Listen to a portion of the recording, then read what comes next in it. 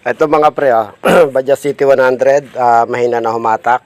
Pagka mahina na humatak ang City 100 nyo, siyempre laging una-una dyan, clutch lining.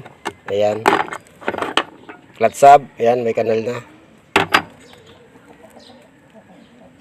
Clutch wheel, ayan, mayroon na rin, palit na yan.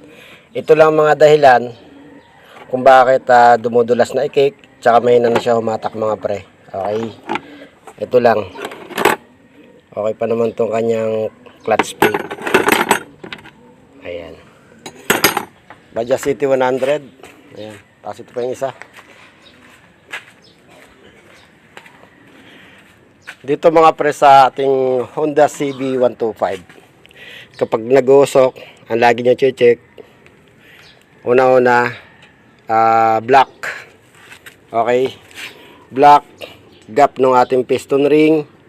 Yan, valve seal. Okay. Siyempre, valve guide. Check natin yan. Yan ang dahilan kung bakit umuusok yung motor natin.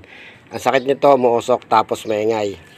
Yung ingay naman mga pre, hindi naman bearing, kundi roller guide.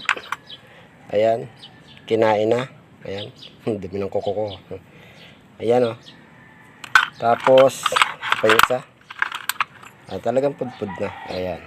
Ito ang dahilan kung bakit maingay at masyado ng lawlaw yung kadena mga pre. Kaya pumipitik to. Yan. Ito lang yung mga dahilan kung bakit maingay yung motor. Maliban doon, bukod yung ano kasi sa makina kapag ka makina umingay. Yan. Yun lang. Honda CB125. Yun o. Bye-bye.